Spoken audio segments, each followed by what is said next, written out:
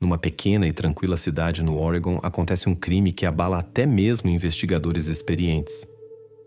A família Ashwood sempre foi uma família modelo, mas na madrugada do 15º de abril de 2025, deixou de existir. Apenas a pequena Samantha, de 12 anos, permaneceu viva, e justamente o seu silêncio é o que mais preocupa a polícia. Durante a noite, às 3h42, a polícia de Maple Ridge recebeu uma chamada de emergência dos vizinhos da família Ashwood. Os policiais chegaram 6 minutos depois e encontraram uma cena que chocou até mesmo funcionários experientes. Lauren Ashwood, seu marido Richard e seu filho Nathan foram encontrados sem sinais de vida. A única sobrevivente foi Samantha Ashwood, de 12 anos. Ela foi encontrada sentada nos degraus da varanda dos fundos, silenciosa e ausente, como se não percebesse o que havia acontecido. A casa parecia quase intocada à primeira vista. As portas de entrada não estavam danificadas, as janelas intactas. Não foram descobertos vestígios de luta ou arrombamento. O sistema de alarme instalado na casa havia sido desativado manualmente de dentro, mas por quem exatamente ainda é desconhecido. Samantha não fez nenhuma declaração e se recusou a responder às perguntas da polícia. Meia hora depois, foi levada à delegacia para interrogatório adicional e exame por um psicólogo. A primeira busca da propriedade revelou uma série de detalhes incomuns. As armas do crime, um martelo pesado e uma faca de cozinha com vestígios de sangue, foram encontradas na floresta, cerca de 27 metros atrás da casa. Obviamente tentaram escondê-las às pressas, cobrindo-as apenas superficialmente com galhos. No interior da casa havia um único copo de água embaçado sobre a mesa da cozinha. O exame datiloscópico mostrou várias impressões borradas, mas o proprietário ainda não pôde ser identificado. O copo havia sido usado obviamente pouco antes da chegada da polícia, mas por quem exatamente é desconhecido. O vizinho da família Ashwood, Robert McAllister, de 56 anos, declarou que durante a noite um bilhete estranho foi colocado sob sua porta com o texto: "Eles virão." Ele não levou a ameaça a sério e a considerou uma brincadeira de mau gosto de adolescentes da vizinhança. Mesmo assim, o bilhete foi confiscado para exame grafológico, cujos resultados ainda não estão disponíveis. Na primeira verificação do telefone celular de Richard Ashwood, os investigadores descobriram um pedido recente numa loja online de equipamentos de caça. Foi feito literalmente na véspera. Entre os artigos comprados estava um machado de caça. No local do crime não foi encontrado nenhum machado, o que levantou questões adicionais. Com base nos primeiros dados, a investigação começou verificando duas versões principais. A primeira versão, a invasão de uma pessoa estranha na casa da família Ashwood. Esta é complicada pela ausência de vestígios óbvios de arrombamento e pelo fato de que o sistema de alarme foi desativado de dentro. Especialistas já estão trabalhando na verificação de todos os possíveis pontos de acesso. A segunda versão, um conflito familiar. Até agora, porém, nada indica um conflito entre os membros da família. A casa estava arrumada e organizada. Não foram encontrados vestígios de luta no interior. Segundo a avaliação preliminar dos criminalistas, os eventos se desenrolaram rapidamente e os membros da família possivelmente nem tiveram tempo de reagir. Uma declaração foi feita por Chris Boyd, o vizinho mais próximo da família Ashwood, que mora do outro lado da rua. Ele afirma ter visto estranhos flashes de luz nas janelas da casa por volta das 3 horas da manhã, mas não ouviu barulho ou gritos. Apesar da ausência de evidências diretas, seu comportamento estranho chamou a atenção da polícia. Boyd foi levado à delegacia para interrogatório, mas foi liberado após 1 hora. Sua versão coincidiu com as declarações de outros vizinhos e com as gravações das câmeras de vigilância. A descoberta mais importante das primeiras horas foi o parecer do médico legista. Os ferimentos que Richard Ashwood e seu filho Nathan sofreram foram causados com armas diferentes. Isso significa que pode haver mais de um criminoso, embora os investigadores ainda se abstenham de conclusões oficiais. Os investigadores decidiram solicitar uma análise de DNA ampliada de todos os objetos encontrados na propriedade, incluindo o copo, o bilhete, a faca, o martelo e as roupas dos membros da família. Isso permitirá determinar exatamente quem mais esteve na casa na noite do 15º de abril. As investigações continuam a verificação de vizinhos e conhecidos da família Ashwood. Os investigadores não conseguem explicar uma coisa: a completa ausência de emoções em Samantha Ashwood após o que aconteceu com seus parentes. O comportamento de Samantha tornou-se o principal objeto de análise para a polícia. Os funcionários observam. Ela não chorou, não fez perguntas e nem sequer pediu para ligar para alguém do círculo de seus parentes ou conhecidos. Neste momento, os investigadores obtiveram acesso ao arquivo escolar de Samantha Ashwood e estudaram os relatórios do psicólogo escolar. Esses documentos deram uma nova direção à investigação. Durante o último ano, o psicólogo escolar havia registrado várias conversas preocupantes com Samantha. Em seu arquivo estavam anotadas queixas sobre medo constante de ser abandonada. As formulações são simples, mas o investigador nota que esse medo não apareceu de forma aleatória e não foi único, mas se tornou uma condição sistemática. O psicólogo enfatizou a necessidade de alertar os pais sobre isso. No dia seguinte, numa nova busca no quarto de Samantha na casa dos Ashwood, os policiais descobriram uma coleção especial. Recortes cuidadosamente coletados de jornais e revistas que tratavam de divórcios, órfãos e orfanatos. Esses recortes eram guardados cuidadosamente dobrados embaixo da cama, como um segredo escondido. Os investigadores observam que isso foi obviamente coletado durante um longo período. Agora toda a coleção foi confiscada e entregue a especialistas para avaliação psicológica adicional. Os policiais convidaram Samantha novamente para uma conversa detalhada. A conversa aconteceu sem a presença de um advogado ou parentes, o que está totalmente de acordo com as leis do estado do Oregon em caso de suspeita de crime grave por menores. A pergunta do investigador: Samantha, onde exatamente você estava no momento do crime? A menina responde de forma uniforme e breve: eu estava dormindo no meu quarto. O investigador observa que a voz é uniforme e calma. Em suas declarações não há confusão, embora faltem detalhes. A pergunta é esclarecedora: como você acordou? Ela explica brevemente: acordei com um barulho alto e fui ver se estava tudo bem. Seu tom neutro e a absoluta ausência de agitação ou tensão visível são enfatizados. Em seguida, ao apresentar os resultados preliminares da investigação, o investigador faz uma pergunta direta: por que suas impressões digitais foram encontradas na faca? Samantha não hesita, responde rapidamente e com confiança: eu queria ver meus pais e me sujei com sangue. Apesar da aparente credibilidade da explicação, os investigadores observam dúvidas. Em suas palavras há uma certa evasão, falta de detalhes e uma brevidade enfatizada, como se fosse uma resposta preparada. A investigação considera o relatório preliminar do psicólogo de que Samantha possivelmente enfrentou uma chamada amnésia relacionada ao estresse. Os policiais admitem que Samantha, considerando seu estado psíquico e vulnerabilidade, pode ter sido usada como bode expiatório.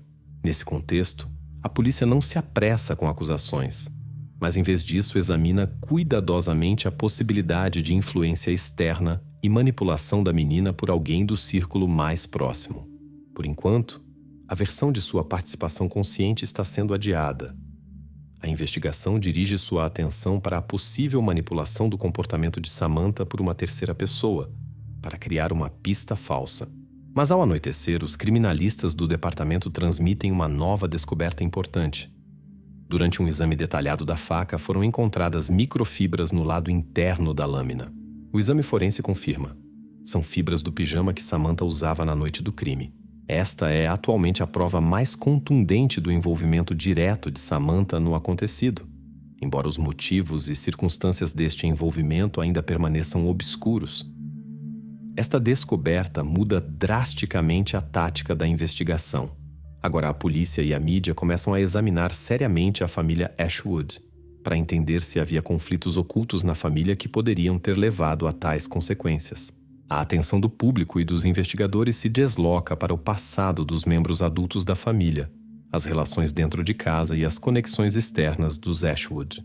A polícia começa a interrogar massivamente amigos, conhecidos e parentes da família Ashwood. Eles procuram por quaisquer indícios de conflitos, tensões, segredos que possam explicar o comportamento e as ações de Samantha. O interesse pelos detalhes da vida familiar aumenta drasticamente, e cada pequeno detalhe se torna importante. 3 meses antes da tragédia, Lauren Ashwood abre uma conta bancária secreta. Os investigadores estabeleceram este fato apenas agora, quando a verificação dos documentos bancários da família se tornou mais minuciosa e sistemática. Nem seu marido nem ninguém mais do círculo parecia ter sido informado sobre isso. Esta conta Lauren mantinha rigorosamente em segredo de todos os familiares. Uma análise detalhada das atividades bancárias de Lauren mostra uma série de transferências ocultas para uma conta de depósitos separada. Nos últimos 3 meses, ela transferia regularmente pequenas quantias para evitar a atenção do banco e de seu marido. A última transferência, a maior, $5.000, foi feita um dia antes da tragédia. No total, foram economizados cerca de $28.000. Os investigadores também obtiveram acesso à correspondência pessoal de Lauren. Entre os numerosos e-mails, foi descoberto um que foi enviado a um advogado 2 semanas antes dos eventos trágicos. O texto da carta é lacônico e cauteloso, mas eloquente. Preciso de um lugar seguro para as crianças. Urgente. O advogado recusa comentários por enquanto, invocando a confidencialidade da relação cliente-advogado, mas a polícia já está preparando uma solicitação oficial para a divulgação dos detalhes da correspondência. No curso da verificação, a polícia faz perguntas decisivas para esclarecer se alguém mais da família poderia ter sabido sobre a conta secreta de Lauren Ashwood. A primeira pergunta é importante. Richard Ashwood sabia das finanças secretas de sua esposa. O computador e e-mails de Richard foram completamente verificados por especialistas. Não foram encontrados vestígios de correspondência relacionada a isso. Os criminalistas descobriram, no entanto, outro problema. O histórico de navegação de Richard no último ano está cheio de visitas regulares a sites de jogos de azar. Isso levou os investigadores à conclusão de que Richard possivelmente tinha sérias dificuldades financeiras das quais a família nada sabia. A segunda pergunta que interessa à investigação. Havia conflitos com o filho, Nathan Ashwood. A verificação do telefone e correspondência pessoal de Nathan mostrou explosões de agressão e descontentamento juvenil sobre a situação na família. Nas últimas semanas, Nathan escrevia mensagens curtas e irritadas para seus amigos. Uma delas chamou atenção especial. A mamãe está estragando tudo. Ela não me deixa viver em paz. Estas palavras são registradas como possível sinal de conflito familiar, porém a polícia não tira conclusões precipitadas. Simultaneamente, a investigação desenvolve outra versão dos eventos. Analistas supõem que a conta secreta e a correspondência com o advogado poderiam significar que Lauren planejava encenar uma ameaça à família por parte de um estranho. Possivelmente para se mudar e começar uma nova vida com Samantha e Nathan. Os investigadores até começaram a verificar as conexões de Lauren fora do Oregon, para encontrar vestígios de possíveis preparativos para uma mudança ou contatos que poderiam tê-la ajudado. Até agora, porém, a verificação não produziu resultados. Na noite de 20 de abril, a polícia recebe os primeiros resultados da análise de uma gravação de vídeo extraída do computador pessoal de Lauren. A gravação foi feita 48 horas antes da tragédia. A imagem não mostra o rosto do interlocutor. A câmera está direcionada apenas para Lauren. A mulher parece tensa e um pouco irritada. Fala de forma insistente e dura, quase exigente. Preciso de garantias. Não farei nada antes de obter garantias. Na gravação não há resposta da segunda parte, e o som inicialmente era de má qualidade, mas os especialistas conseguiram restaurá-lo parcialmente. Os resultados da análise de voz levam a uma reviravolta inesperada na investigação. A polícia anuncia que o interlocutor de Lauren Ashwood é um adolescente do sexo masculino. Definitivamente, não seu marido. E não é a voz de um homem adulto, mas de um jovem, aproximadamente da idade de seu filho Nathan. A polícia é cautelosa em suas conclusões e não identifica oficialmente a voz por enquanto. Mas a versão de uma ameaça externa que não vem do marido se torna cada vez mais provável. Os investigadores intensificam a busca por outros contatos de Lauren, especialmente entre conhecidos adolescentes que cercavam seu filho. Agora, a atenção dos investigadores se concentra nos novos fatos revelados pela verificação financeira e análise das gravações. A família Ashwood não parece mais tão tranquila e exemplar como seus vizinhos a conheciam. Agora ela está cheia de conflitos ocultos e segredos que gradualmente vêm à tona e mudam todo o quadro do crime. Inesperadamente, surge uma testemunha que anteriormente ninguém havia levado a sério. Vários moradores informaram à polícia que viram um vagabundo perto da casa dos Ashwood durante a noite. Os investigadores são forçados a verificar este fato para excluir uma ameaça externa. Mas logo a história se complica com novas descobertas. Os policiais identificaram rapidamente o visitante noturno. Era Louis Hayes, um homem de 47 anos sem residência fixa, bem conhecido em Maple Ridge.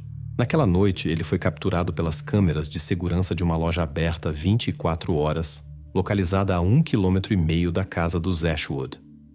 O horário da gravação é exato, 2h30 da madrugada. Louis comprou cigarros, o que confirmou documentalmente sua presença na cidade. Paralelamente, os investigadores verificaram a localização GPS do telefone de Nathan Ashwood. Os dados confirmaram um fato inesperado. Nathan saiu de casa às 2h10 e só retornou às 2h47. Isso significa que ele esteve ausente por cerca de 37 minutos, o que logisticamente corresponde completamente à distância até a loja e de volta. Nas gravações das câmeras da loja, porém, Nathan não aparece, o que significa que sua rota e destino permanecem desconhecidos por enquanto. A investigação analisa detalhadamente o álibi de Louis Hayes. Especialistas verificam cuidadosamente sua rota e o tempo de seu deslocamento. Considerando a velocidade de caminhada de uma pessoa comum de 5 km por hora, Louis não teria tido tempo de ir da loja até a casa dos Ashwoods e retornar em tão pouco tempo. O álibi de Louis é completamente confirmado, comprovado por documentos oficiais e gravações de vídeo. No entanto, durante a busca em Louis foi encontrado um objeto suspeito, uma mochila artesanal, na qual havia uma carta com a frase já conhecida pelos investigadores: "Eles virão". A perícia grafológica confirmou que a caligrafia do bilhete era idêntica àquela que o vizinho dos Ashwoods, Robert McAllister, havia recebido. Isso direcionou novamente a atenção da polícia para Louis por um breve período. Surgiu a versão da chantagem. Os investigadores suspeitaram que Louis Hayes poderia ter usado as cartas de ameaça para extorquir dinheiro ou explorar a tensão crescente na família Ashwood. A versão parecia convincente, considerando as dificuldades financeiras de Richard e a conta secreta de Lauren.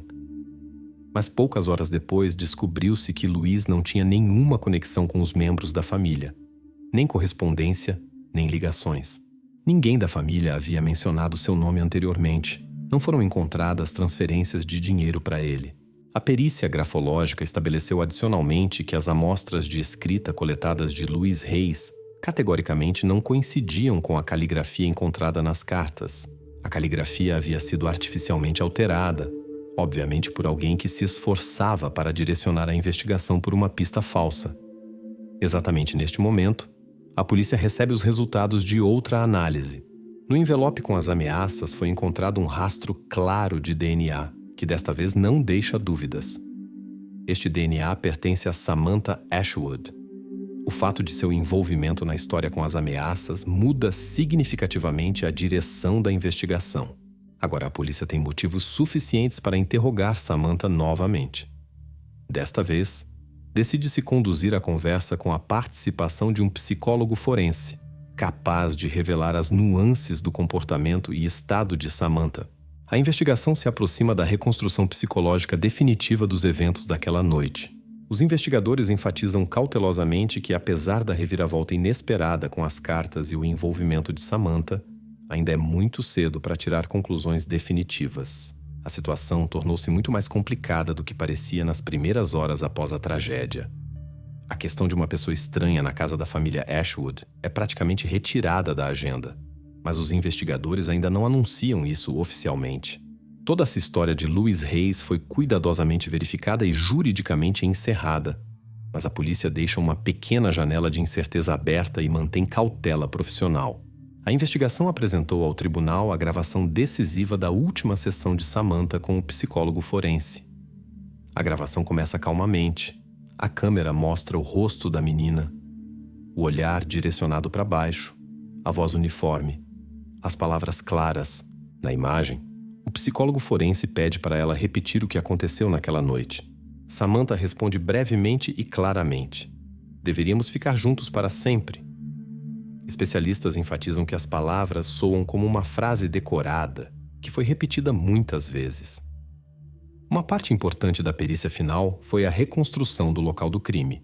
Os criminalistas provaram que todos os golpes infligidos com a faca e o martelo foram executados de baixo para cima, em um ângulo específico, que corresponde à altura de Samantha Ashwood. Esta versão é confirmada de forma mais convincente pelos rastros sangrentos no interruptor do sistema de alarme e pelo registro de tempo capturado pelo pulseira GPS de Samantha às 3h11 da madrugada. A pulseira enviou um sinal SOS, que foi desativado manualmente pela própria menina após 15 segundos. Com base em todas as evidências coletadas e depoimentos de testemunhas, a investigação conseguiu reconstruir completamente a cronologia da noite trágica.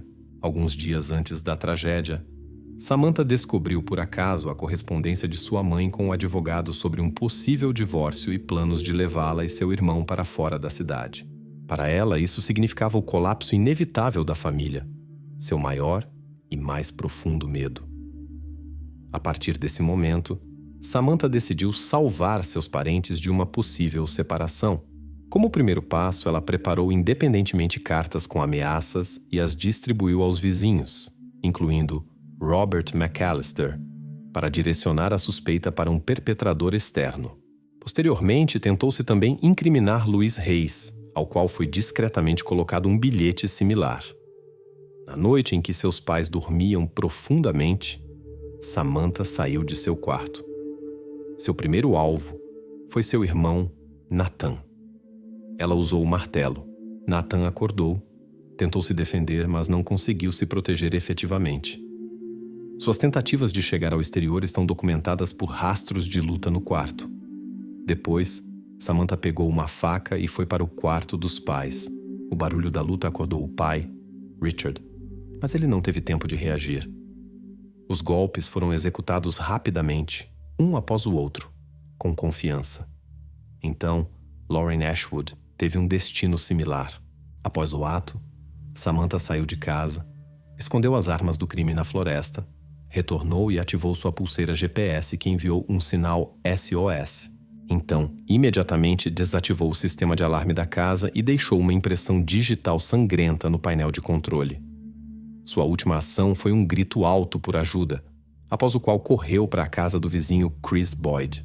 Foi exatamente lá que a polícia a encontrou, chegando em resposta à chamada.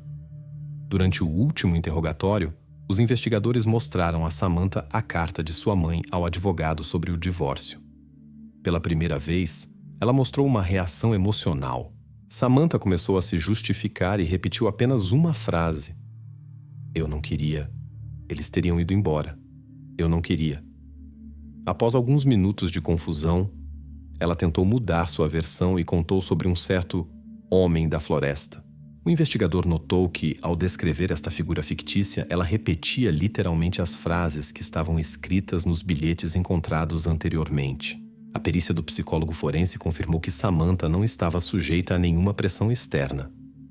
Todas as ações foram executadas independentemente e conscientemente, embora no contexto de uma profunda crise psicológica. No 1º de setembro de 2025, realizou-se o julgamento final. Samantha Ashwood foi considerada culpada do crime e internada em uma instituição psiquiátrica especializada para tratamento forçado até completar 21 anos de idade. A polícia de Maple Ridge oficialmente encerrou o caso da família Ashwood. Todas as versões de um intruso externo, bem como as versões do envolvimento do vizinho Chris Boyd e de Louise Hayes, foram completamente excluídas. No caso, não restou nenhuma questão em aberto sobre o mecanismo e os motivos do ocorrido. Mesmo assim, A administração educacional da cidade iniciou uma investigação interna para descobrir por que os serviços escolares não reagiram a tempo aos sinais óbvios do mal-estar psíquico de Samantha. Os resultados desta investigação não foram tornados públicos. Jacob Reed desapareceu às 16 horas e 7 minutos, quando estava a caminho de casa vindo do ônibus escolar. Uma semana depois, foi encontrado num túnel ferroviário abandonado. O exame forense estabeleceu um fato que perturbou até investigadores experientes. Jacob ainda estava vivo vários dias depois do seu desaparecimento. Aconteceu no subúrbio de Dalewood, um lugar pequeno e normalmente tranquilo no noroeste dos Estados Unidos. Às 16 horas e 7 minutos, Jacob Reed, de 8 anos, desceu do ônibus no cruzamento da Brooks Avenue com a Oak Street. O caminho da parada de ônibus até casa demorava apenas 7 minutos. Naquele dia, Jacó nunca chegou à sua porta de casa. A mãe de Jacob, Julia Reed, ligou para a polícia exatamente às 16 horas e 41 minutos, meia hora depois de seu filho deveria ter voltado. Na semana seguinte, a polícia e voluntários vasculharam a área até que a busca levou a um túnel ferroviário abandonado a 3 quilômetros da casa de Jacob. Lá, Jacó foi encontrado. Estava encolhido num canto. O exame forense confirmou mais tarde. Ele havia vivido ainda vários dias após seu desaparecimento. A polícia percebeu imediatamente que este caso seria mais complicado do que parecia inicialmente. As evidências eram incomuns e cada testemunha contava uma história diferente. O primeiro detalhe incomum foi a pegada de um pé descalço de 19 centímetros na terra úmida ao lado da estrada que Jacob normalmente tomava. Ninguém conseguia explicar por que os sapatos do menino não foram encontrados por perto. Este foi o primeiro mistério que levantou dúvidas sobre um acontecimento casual. O segundo detalhe surgiu na noite do mesmo dia, quando a polícia examinou a casa da família Reed. A janela no quarto de Jacob estava entreaberta por dentro. Os pais afirmavam que a fechavam todas as noites por medo de correntes de ar. Alguém a havia aberto após o desaparecimento de Jacob ou imediatamente antes. O terceiro detalhe surgiu durante o interrogatório dos vizinhos. Mark Ellison, de 46 anos, vizinho do outro lado da rua, afirmava ter sido o último a ver Jacob. Sua declaração, no entanto, era contraditória. Ellison disse primeiro que havia visto Jacob às 16 horas e 10 minutos, mas depois corrigiu o horário para 16 horas e 25 minutos. A polícia anotou a discrepância, mas decidiu verificar sua declaração mais tarde. Aiden Reed, irmão de 15 anos de Jacob, também ficou sob suspeita da polícia. Ele disse que estava no treino de futebol naquele momento, mas seu álibi ainda não havia sido confirmado. Também se revelou que Aiden havia brigado com Jacob na manhã do mesmo dia por causa de um brinquedo. Os investigadores decidiram não descartar por enquanto o ciúme entre os irmãos como possível motivo. Primeiro, a polícia se concentrou nos suspeitos óbvios. O irmão mais velho, Aiden Reed, foi o primeiro a ser verificado. Jacob havia recebido recentemente um brinquedo novo, um dinossauro de brinquedo caro, que Aiden havia pedido aos pais sem sucesso por vários meses. Na manhã do desaparecimento, os irmãos haviam brigado ferozmente exatamente por causa deste brinquedo. Mas Aiden insistia firmemente que havia ido direto ao treino após as aulas e negava ter encontrado seu irmão depois da escola.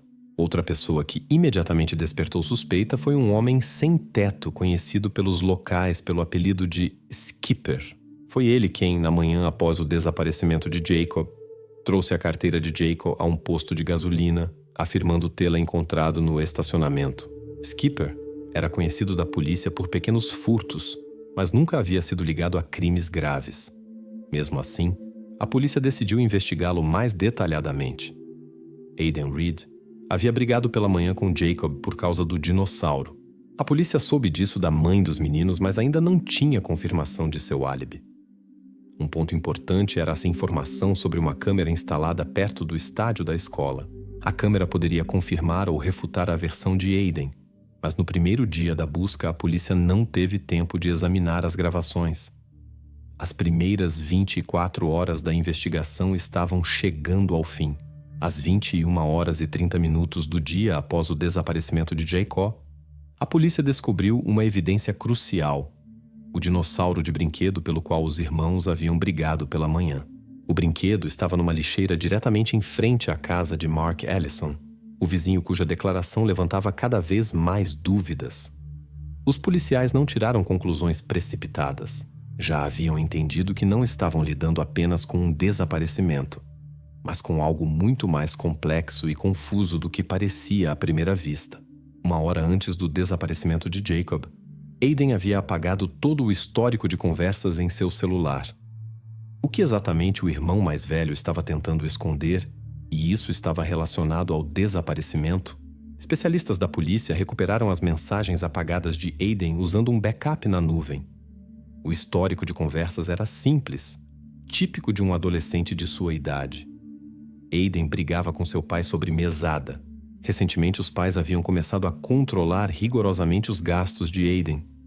Agora ele tinha que se justificar perante seus amigos sobre por que não podia mais participar de suas atividades habituais.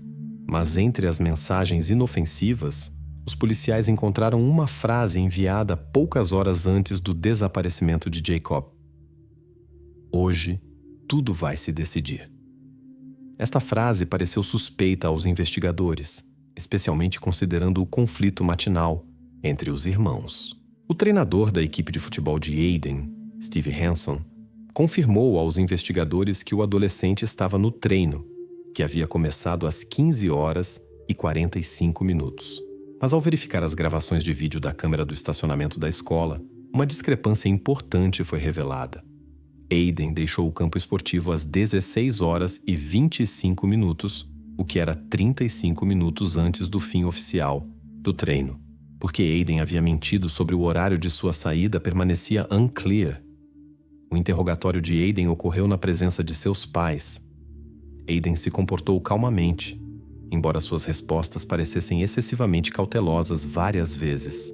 Primeiro ele explicou que após o treino havia esperado seus pais no estacionamento da escola, pois eles haviam prometido buscá-lo às 17h30. Então Aiden mudou sua declaração e disse que havia saído mais cedo porque estava cansado de esperar e decidiu caminhar para casa. A distância até casa era um pouco mais de 1 quilômetro, e o adolescente afirmava não ter visto Jacob no caminho. No entanto, uma câmera de vigilância na saída da escola registrou Aiden não indo em direção à sua casa, mas na direção oposta, para onde a carteira de Jacob foi posteriormente encontrada. Exatamente esta circunstância fez os investigadores reconsiderarem seriamente as palavras do irmão mais velho. Quando os policiais apontaram esta contradição para Aiden, ele ficou em silêncio e olhou atentamente para seus pés. Seu pai o advertiu enfaticamente a dizer apenas a verdade. Então Aiden explicou calmamente que havia ido à loja mais próxima para encontrar um amigo. O nome do amigo Aiden se recusou a revelar, invocando uma promessa. Os investigadores anotaram este momento separadamente, pois entenderam que o adolescente estava escondendo algo. À noite, a polícia recebeu uma ligação inesperada dos técnicos criminais. Na camisa de futebol de Aiden foi descoberto um grande rastro de argila marrom. Por si só isso não significaria nada, se não houvesse uma circunstância importante. A argila parecia visualmente similar àquela presente no local onde Jacob foi encontrado. A distância do estádio da escola ao túnel abandonado onde Jacob foi posteriormente encontrado era de cerca de 3,5 km. Os investigadores calcularam o tempo e determinaram que Aiden não poderia ter chegado lá a pé e voltado sem atrair atenção e chegar tarde em casa. Mesmo assim, a polícia não podia ignorar esta evidência. Com o consentimento dos pais, os sapatos de Aiden foram levados para um exame mais minucioso das amostras de solo. Os técnicos criminais coletaram amostras da camisa e as enviaram para análise laboratorial urgente. Enquanto esperavam os resultados, a investigação continuou interrogando os conhecidos do adolescente. Os professores descreveram Aiden como um estudante calmo e disciplinado, mas nas últimas semanas ele havia se tornado mais reservado e irritável. Colegas de classe disseram à polícia que Aiden sofria muito com os conflitos familiares e a falta de dinheiro, mas ninguém se lembrava de algo concreto que pudesse ligá-lo ao desaparecimento de seu irmão. Às 22h15 do mesmo dia, o laboratório comunicou os resultados da análise. A argila da camisa de Aiden, apesar da semelhança externa, diferia significativamente em sua composição mineral das amostras coletadas no túnel abandonado. Isso significava que a versão de que Aiden havia visitado este local no dia do desaparecimento de Jacob não foi confirmada. Mesmo assim, os investigadores não puderam descartar todos os momentos suspeitos contra Aiden, já que o adolescente obviamente ainda escondia algo. Os policiais entenderam que precisavam confirmar ou refutar definitivamente seu álibi usando câmeras de vídeo e descobrir o nome do misterioso amigo com quem Aiden havia se encontrado naquele dia. No momento, Aiden permanecia uma figura importante na investigação, embora os investigadores agora tendessem mais à suposição de que ele não estava diretamente envolvido no desaparecimento de seu irmão. Suas ações requeriam explicação, mas uma conexão direta com o crime não era mais evidente. A polícia decidiu intensificar a vigilância do adolescente, pois agora era necessário descobrir o que exatamente ele ainda escondia dos investigadores. Enquanto as investigações se concentravam em Aiden, a polícia examinava paralelamente a família Reed como um todo. Uma das primeiras estranhezas que chamou a atenção dos investigadores foi a frequente troca de fechaduras na casa da família. Nos últimos 6 meses, isso havia acontecido 3 vezes. A família explicou isso com preocupação pela segurança, mas os detalhes dessas preocupações não foram totalmente revelados. No entanto, a investigação posterior rapidamente revelou as circunstâncias familiares. Os investigadores obtiveram acesso aos relatórios financeiros da família e descobriram um número considerável de dívidas. A família Reed estava forçada a penhorar tecnologia e utensílios domésticos numa casa de penhores local para cobrir despesas urgentes.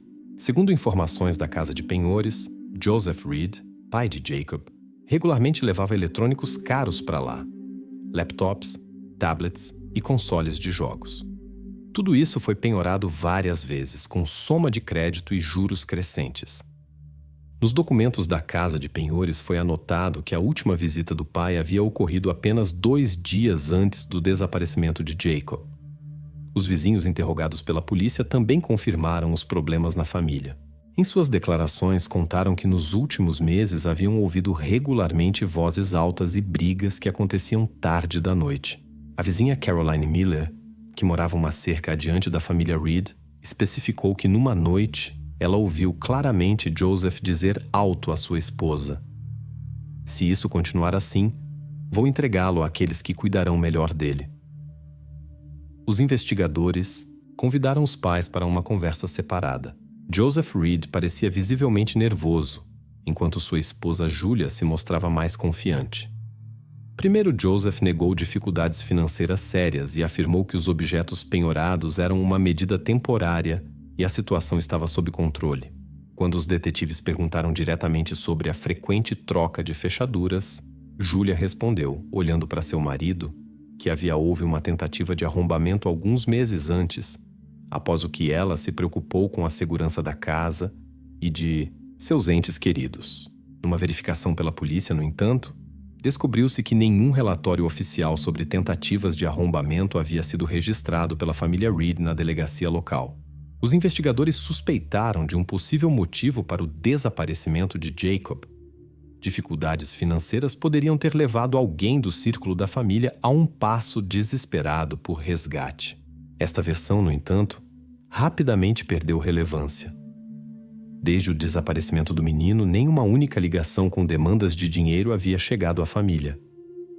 Mesmo assim, a investigação continuou examinando o incidente com as brigas noturnas. As ameaças do pai registradas pelos vizinhos soavam sérias. A frase, "vou entregá-lo àqueles que cuidarão melhor", tornou-se motivo para verificar cuidadosamente todos os contatos de Joseph Reed nos últimos meses. Os detetives conduziram uma análise detalhada das ligações e correspondência dos pais, sem encontrar um contato suspeito que pudesse indicar preparação de uma entrega ou acordo secreto. As ameaças aparentemente eram uma reação emocional aos problemas familiares que não foram confirmadas por ações práticas. Mas o fato de tais declarações em si levou a investigação à conclusão. As relações na família estavam tensas e difíceis muito antes do desaparecimento de Jacob, o que inevitavelmente deveria afetar a atmosfera geral da casa e o comportamento de seus membros. Na noite do mesmo dia, quando parecia que a investigação havia esgotado todos os rastros na família Reed, O departamento técnico da polícia registrou uma ligação incomum recebida no celular de Joseph. A ligação veio de um número não registrado e não identificado. O autor da ligação não se apresentou e disse apenas uma palavra quase sussurrando: túnel. Esta ligação mudou bruscamente o curso das investigações. A polícia imediatamente tomou controle do telefone de Joseph Reed e iniciou uma verificação técnica. A voz do autor da ligação era masculina, mas sua identidade não pôde ser estabelecida imediatamente.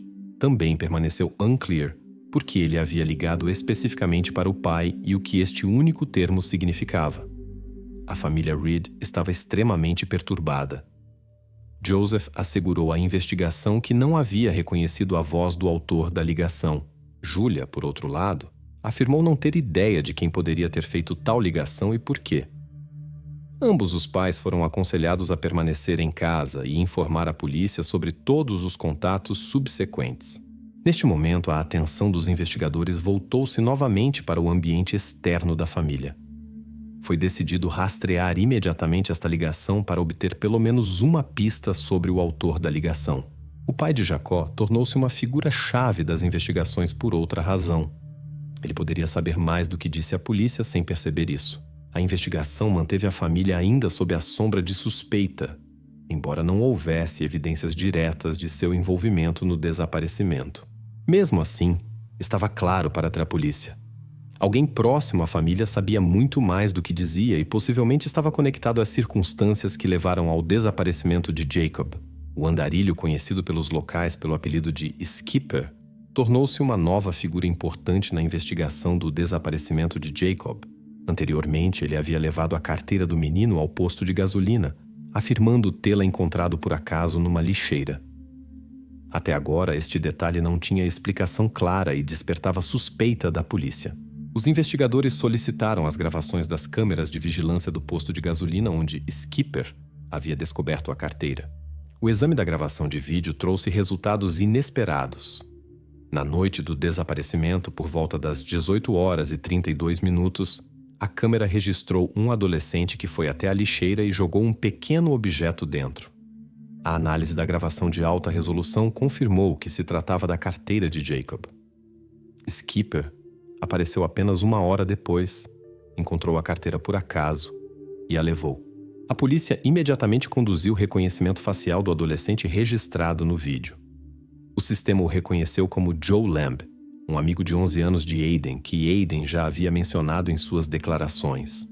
Parecia que os investigadores haviam encontrado uma pista importante que poderia esclarecer o mistério sobre o paradeiro da carteira e o papel dos amigos de Aiden neste assunto. Quando os policiais verificaram as informações, no entanto, depararam-se com uma contradição que novamente os desviou do caminho certo. A gravação de vídeo mostrava o horário de 18h32. Neste momento, Aiden já estava seguramente em casa. Isso foi confirmado por seus pais e vizinhos que o viram na casa. Agora Joe Lamb precisava ser encontrado urgentemente para entender seu papel nesta situação e seus motivos. A busca por Joe Lamb durou o dia todo. Os investigadores visitaram sua casa, mas a porta foi aberta pela mãe do adolescente, que estava sinceramente surpresa e preocupada com a visita da polícia. Ela informou que Joe estava há vários dias na casa de sua avó na província vizinha e não havia retornado à cidade nem no dia do desaparecimento nem depois. Isso também foi confirmado pelos dados GPS do telefone de Joe, fornecidos pela mãe. Os investigadores asseguraram-se de que o adolescente na gravação de vídeo apenas se parecia externamente com Joe, mas fisicamente não podia ser ele. Agora, a investigação retornou novamente ao ponto de partida, pois a identidade do adolescente da câmera de vídeo precisava ser esclarecida. Ao mesmo tempo, foi verificada essa informação se Skipper poderia ter tido algum contato com a família ou seu círculo. Interrogatórios adicionais e a verificação de sua rota, no entanto, provaram sua inocência. Skipper havia realmente encontrado a carteira por acaso e decidiu levá-la ao posto de gasolina sem saber do desaparecimento de Jacob. Os policiais haviam perdido muito tempo verificando a versão com Joe Lamb, mas agora esta versão foi oficialmente fechada. O adolescente que o sistema de reconhecimento facial havia identificado erroneamente revelou-se ser uma pessoa completamente diferente, que não tinha relação direta com a família Reed e seu círculo. A polícia concluiu que a carteira havia sido colocada intencionalmente por uma terceira pessoa, cuja identidade permanecia desconhecida por enquanto. No final da noite, o treinador da equipe de futebol, Steve Hanson, apareceu voluntariamente na delegacia e informou que havia encontrado uma evidência importante. Ele entregou à polícia uma foto em grupo da equipe tirada um dia antes do desaparecimento de Jacob. Na foto estava claramente visível que no tênis direito de Aiden havia a mesma mancha de argila marrom que anteriormente havia despertado suspeita dos investigadores. Os especialistas imediatamente compararam a amostra de argila da foto com os dados obtidos no laboratório. Os resultados foram claros. Esta argila não tinha nada a ver com o local onde Jacob foi encontrado. Tratava-se de argila comum do estádio da escola, onde apenas uma semana antes haviam sido realizados trabalhos de reparo no gramado. Assim, a versão de possível envolvimento de Aiden no desaparecimento de Jacob foi definitivamente fechada. A investigação estava convencida de sua completa inocência. Agora, a atenção dos investigadores concentrou-se totalmente na misteriosa ligação que havia chegado ao telefone de Joseph Reed com a palavra túnel. O autor desconhecido da ligação obviamente tentava comunicar algo e os policiais entenderam que ele agora era a chave para todo o mistério dos acontecimentos. Os próximos dias da investigação deveriam dar respostas às questões mais importantes. A investigação precisava descobrir quem exatamente havia ligado e por que havia usado exatamente esta palavra. Desta informação dependia o esclarecimento de todas as circunstâncias do desaparecimento de Jacob Reed. Enquanto os policiais tentavam identificar o adolescente que havia jogado fora a carteira de Jacob, a atenção dos investigadores deslocou-se imperceptivelmente para uma pessoa cujo comportamento desde o início era enigmático. Mark Ellison, o vizinho da família Reed, o mesmo que primeiro deu declaração à polícia e se confundiu nos detalhes. Num novo interrogatório, os investigadores fizeram-lhe perguntas de controle sobre o local onde Jacob foi encontrado. Ellison respondeu com confiança que a altura do túnel era 2,47 metros. Tal precisão pareceu suspeita até para detetives experientes. Quando perguntado de onde conhecia tais detalhes, Ellison hesitou e respondeu que uma vez se interessara por este local por curiosidade. Mas sua voz e olhar traíam nervosismo.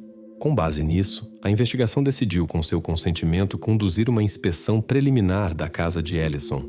No porão, a polícia encontrou um medidor de distância a laser profissional, um dispositivo que mede distâncias com precisão milimétrica. A presença de tal dispositivo em si não era ilegal, mas parecia incomum para alguém que afirmava se ocupar com reparos domésticos comuns. Além do medidor de distância, outro detalhe chamou a atenção dos detetives. Entre os documentos apresentados para a inspeção estava um extrato de um pedido da Amazon feito 2 meses antes. Tratava-se de móveis infantis, um pequeno armário e uma cama.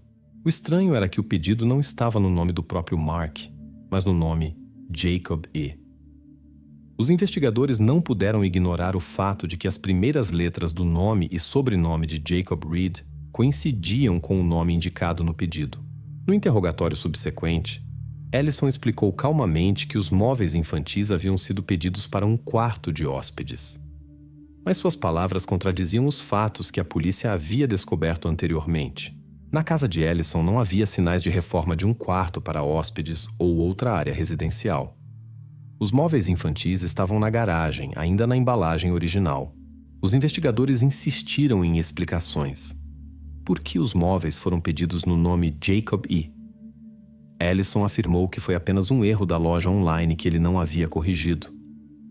Mas numa verificação com o atendimento ao cliente da Amazon, ficou claro que o comprador havia inserido o nome ele mesmo ao fazer o pedido. Ellison se enredava cada vez mais, e a investigação começou a entender que ele tinha motivos para esconder fatos da polícia. Para dissipar a suspeita, Ellison ofereceu voluntariamente suas amostras de DNA à polícia. Especialistas forenses verificaram essas amostras imediatamente com um teste primário rápido. Os resultados chegaram na noite do mesmo dia e foram negativos. O DNA de Ellison não coincidia com nenhum dos rastros encontrados no brinquedo dinossauro que havia sido anteriormente apreendido da lixeira. Por um breve momento, isso pareceu uma prova convincente de sua inocência. mas a polícia decidiu mesmo assim ser cautelosa e conduzir um exame mais minucioso do objeto. Exatamente esta decisão, mais tarde, mudou completamente a atitude em relação à evidência. O legista fez uma descoberta perturbadora ao examinar o brinquedo sob um microscópio laboratorial potente. A superfície do dinossauro de brinquedo havia sido cuidadosamente tratada com um agente contendo cloro. Todos os rastros de DNA estranho haviam sido removidos quimicamente de forma proposital. Isso questionou o teste de DNA rápido anterior, que agora parecia sem sentido. Os especialistas concordaram. O dinossauro foi intencionalmente limpo com cloro para apagar qualquer rastro. Os investigadores não puderam deixar de se perguntar: se Ellison é inocente, por que limparia um objeto que está diretamente relacionado ao desaparecimento de Jacob? Assim, Mark Ellison deixou de ser apenas um vizinho observador e tornou-se uma pessoa que obviamente sabia muito mais sobre detalhes e evidências do que havia admitido anteriormente. Embora a polícia ainda não pudesse nomear seus motivos, todos os sinais indiretos apontavam para ele. Ellison recebeu oficialmente o status de suspeito. Sua casa foi isolada e a investigação se preparou para uma busca abrangente. A polícia estava ciente de que cada detalhe na casa de Ellison poderia fornecer a chave para esclarecer os acontecimentos.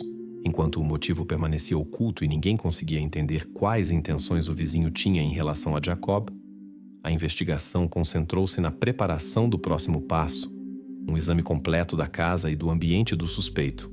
Agora era necessário descobrir o que exatamente Mark Ellison escondia e que relação ele tinha com os acontecimentos.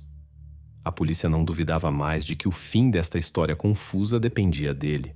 Enquanto a polícia se preparava para uma busca abrangente na casa de Mark Ellison, Julia Reed inesperadamente voltou a chamar a atenção dos investigadores.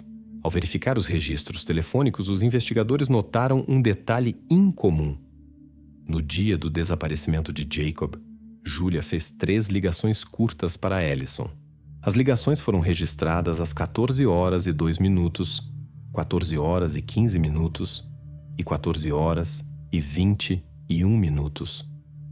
A duração de cada ligação não passou de poucos segundos. Julia, convocada para uma conversa, pareceu visivelmente surpresa quando os investigadores lhe informaram esta informação.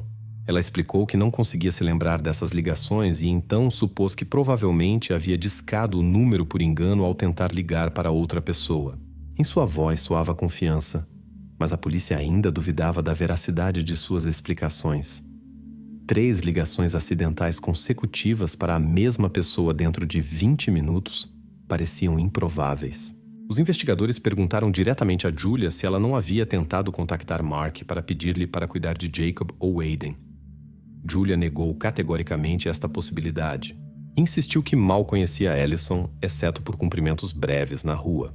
Os investigadores, no entanto, estabeleceram que Julia e Mark eram vizinhos há quase 3 anos. E mesmo que não mantivessem contato próximo, certamente se conheciam bem o suficiente para não confundir o número de telefone. Isso despertou suspeita da polícia de que Julia poderia estar escondendo algo ou simplesmente não sendo completamente honesta com as autoridades. Mesmo assim, Julia repetiu com confiança que não havia dado pedidos ou instruções concretas ao vizinho. Os investigadores decidiram aceitar suas palavras por enquanto, mas marcaram Julia como uma pessoa que obviamente não revelava toda a verdade. No mesmo dia, apareceu num blog local uma postagem baseada em rumores que afirmava que supostamente havia existido um caso entre Julia e Mark Ellison.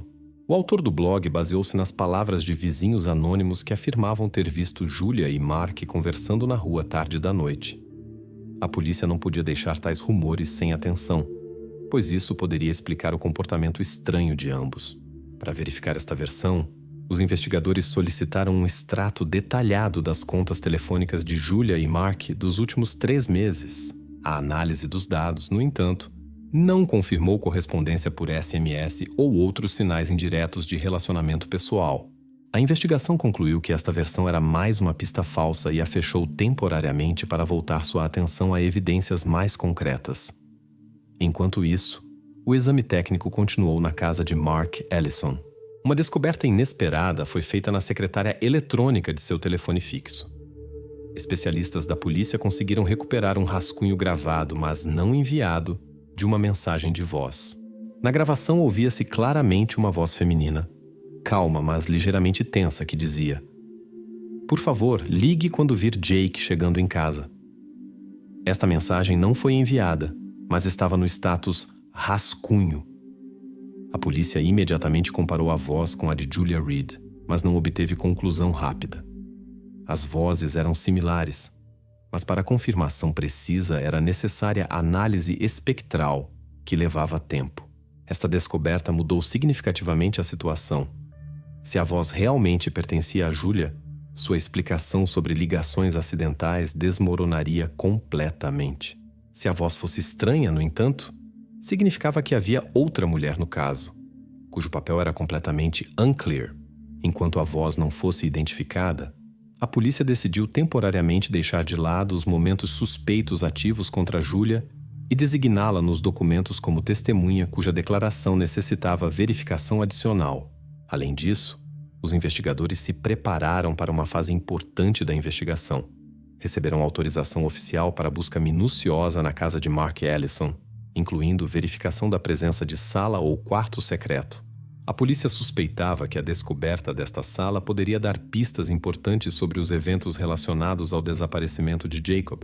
Assim, as principais tarefas para a próxima fase da investigação permaneceram a identificação da voz feminina da secretária eletrônica e o exame completo da residência de Mark. Julia Reed temporariamente ficou em segundo plano, mas a investigação não se apressou em removê-la definitivamente da lista, aguardando os resultados da análise espectral. A investigação se aproximava de seu clímax, e cada próxima pista poderia ser decisiva. Na casa de Mark Ellison começaram medidas operacionais extensas. Os investigadores inspecionaram cada quarto, mas atenção especial chamou o porão. Lá foi descoberta uma construção incomum, uma parede de gesso acartonado que se diferenciava claramente das outras. Os policiais a derrubaram, removendo cuidadosamente os painéis, e diante deles se apresentou uma imagem que chocou até agentes experientes. Atrás da parede falsa escondia-se uma pequena sala cuidadosamente arrumada. Era uma cópia quase completa do quarto de Jacob Reed. As mesmas cores de parede, móveis similares e até detalhes de decoração idênticos. O mais chocante era que numa prateleira estava um brinquedo, um dinossauro de plástico, exatamente igual ao brinquedo favorito de Jacob que havia sido encontrado anteriormente na lixeira. A investigação imediatamente convocou Mark Ellison para explicações. Ele, que até então havia permanecido calmo, ficou visivelmente pálido ao ver a parede desmontada. Começou a se justificar de forma insegura, dizendo que havia apenas ajudado a família Reed com renovação, e a sala supostamente era destinada a Jacob a pedido da mãe de Jacob. Os policiais, no entanto, rapidamente descobriram que todos os móveis eram novos, pedidos pelo próprio Ellison, e não tinham nada a ver com a residência real da família Reed. Quando os investigadores apresentaram evidências ao vizinho de que os móveis haviam sido comprados recentemente e especificamente no nome Jacob e Zrenia Ellison não encontrou palavras adequadas e ficou em silêncio. Não tentou mais negar o fato de que havia arrumado esta sala ele mesmo, embora se recusasse a explicar por que precisava fazer uma cópia completa do quarto de Jacob. Enquanto isso, os técnicos criminais começaram o exame cuidadoso da sala. Numa das paredes descobriram várias impressões digitais distintas pertencentes a um adulto, bem como uma menor que obviamente pertencia a um adolescente. Uma verificação inicial na base de dados imediatamente excluiu que fosse a impressão digital de Jacob. A polícia suspeitou que outra pessoa poderia ter estado na sala, possivelmente outra pessoa que ainda não havia aparecido no caso. Esta descoberta confundiu a investigação por várias horas. Os agentes começaram até a verificar versões sobre possível outro sequestrado ou outra testemunha desconhecida. Parecia que a investigação poderia novamente entrar num beco sem saída devido à incerteza com esta impressão digital. Os agentes começaram a comparar a impressão com dados de todos os conhecidos da família Reed e de Ellison. Um laboratório técnico criminal especial foi chamado para acelerar o processo de identificação. Enquanto a polícia aguardava os resultados, o próprio Ellison sentava numa sala separada sob observação e mantinha calma visível, embora a tensão fosse evidente através de seus gestos e movimentos. A investigação não duvidava mais de seu envolvimento, mas era necessário esclarecer todos os detalhes dos acontecimentos. Tarde da noite deste dia, especialistas do Departamento Federal de Investigação Criminal relataram resultados inesperados e ao mesmo tempo alarmantes. Após exame mais minucioso e cuidadoso, revelou-se que a misteriosa impressão digital, desconhecida, na parede, realmente pertencia a Jacob Reed. Originalmente, a impressão havia sido distorcida pela umidade na sala, razão pela qual o programa de reconhecimento não a identificou imediatamente. Agora, a situação mudou drasticamente. Tornou-se completamente claro que Jacob havia passado pelo menos vários dias nesta sala oculta. Além disso, os legistas, após combinar todas as evidências e condições da sala, oficialmente concluíram que Jacob havia passado 4 dias no porão da casa de Ellison. A investigação estabeleceu a data exata em que Jacob não estava mais vivo. Aconteceu no dia 14 de maio. Assim, a versão de que o menino foi levado imediatamente ao túnel após seu desaparecimento provou-se completamente insustentável. Agora os investigadores entenderam claramente que Ellison havia escondido Jacob em sua casa e disfarçado isso cuidadosamente. O vizinho tornou-se definitivamente o principal suspeito. Devido a essas circunstâncias, os agentes começaram um exame ainda mais detalhado de toda a casa de Ellison. A polícia procurava todas as evidências escritas ou digitais que pudessem ajudar a entender seus motivos e intenções. Interesse especial foi dado a um possível diário ou registros do suspeito que pudessem revelar detalhes de seu plano.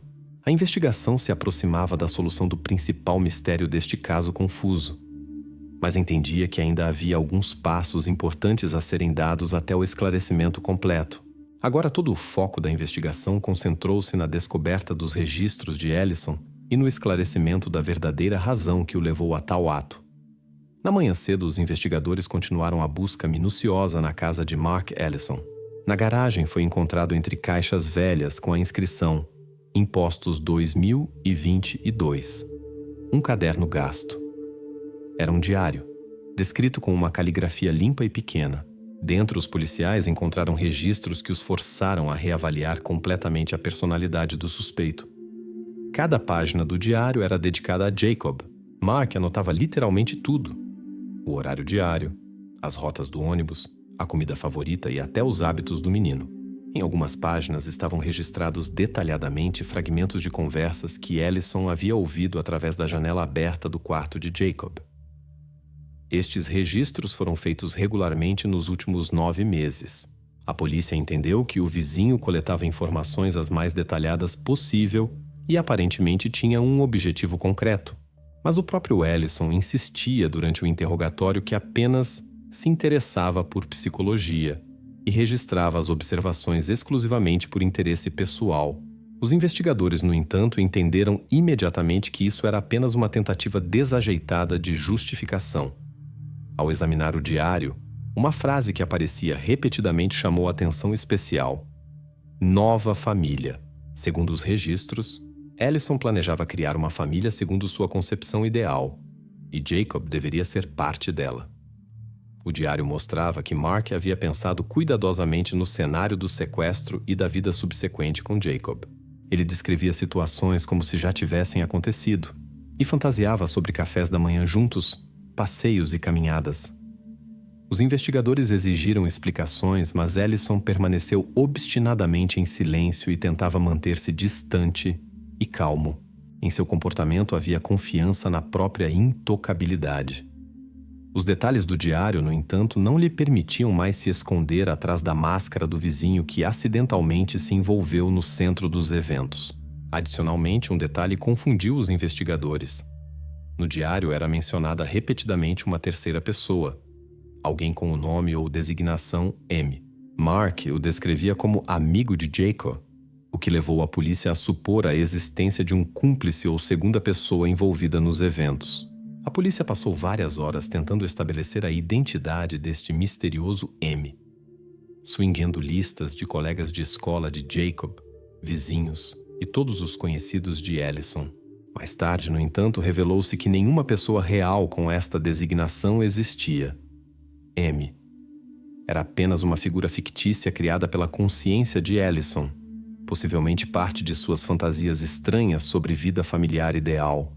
Esta versão foi rapidamente descartada quando a polícia percebeu que estava perdendo tempo valioso mergulhando nas fantasias do suspeito.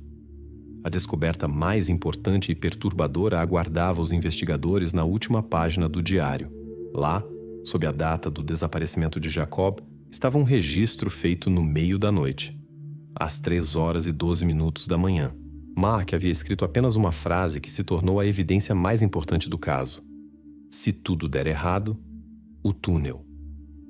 Estas palavras tinham um significado decisivo, pois foram escritas muito antes da polícia descobrir Jacob.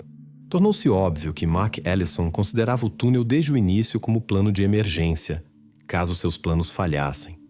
Exatamente esta descoberta confirmou que as ações de Ellison foram cuidadosamente planejadas e não acidentais. Seu motivo, no entanto, permaneceu unclear e incompreensível até o fim. A investigação registrou apenas um detalhe óbvio. O suspeito estava obcecado com a ideia de criar uma família ideal. Qual era seu objetivo final permaneceu desconhecido por enquanto, e a polícia não se apressou em anunciar isso antes do fim das investigações. Agora os investigadores se concentraram na busca de evidências adicionais que pudessem fortalecer sua posição no tribunal. Um passo importante foi o exame dos pneus da picape de Mark Ellison para compará-los com os rastros encontrados perto do túnel. Se a correspondência fosse confirmada, seria a prova final de sua presença no local onde Jacob foi posteriormente encontrado. Mark Ellison foi temporariamente preso oficialmente e sua casa foi lacrada. Os policiais entenderam que a parte final da investigação estava próxima e todas as forças foram direcionadas para fundamentar a acusação com evidências irrefutáveis. A história se aproximava lenta, mas seguramente, de seu fim. E agora a investigação precisava apenas colocar os pontos finais neste caso assustador. Após uma semana de espera e verificações incontáveis, o laboratório da Polícia Montada Real do Canadá confirmou a evidência principal. Os rastros de pneus descobertos na entrada do túnel coincidiam perfeitamente com o perfil da picape de Mark Ellison. Esta era a prova irrefutável que os investigadores esperavam. Sob o peso dos fatos irrefutáveis, Ellison não podia mais negar o óbvio. Num dos últimos interrogatórios, finalmente confessou. Segundo suas palavras, queria dar a Jacob uma vida melhor. Estava obcecado com a ideia de criar uma família que se aproximasse do ideal. Exatamente por isso havia construído a sala secreta no porão, uma cópia do quarto do menino, e cuidadosamente coletado informações sobre seus hábitos e preferências. Jacob, no entanto, não aceitou as condições que lhe foram oferecidas. Não queria se adaptar à nova realidade e se recusava a chamar Ellison de papai. Isso levou Ellison ao desespero e incerteza. Na noite do dia 14 de maio, administrou um sedativo ao menino para acalmá-lo. Mas uma dose mal calculada causou depressão respiratória. Quando Mark percebeu o que havia feito, decidiu esconder o acontecido. Em pânico, carregou Jacob na picape e o levou ao túnel ferroviário abandonado. Lá encenou uma situação que deveria parecer acidental, esperando ganhar tempo e evitar suspeitas. Após a confissão de Ellison, a investigação recebeu confirmações adicionais de suas declarações.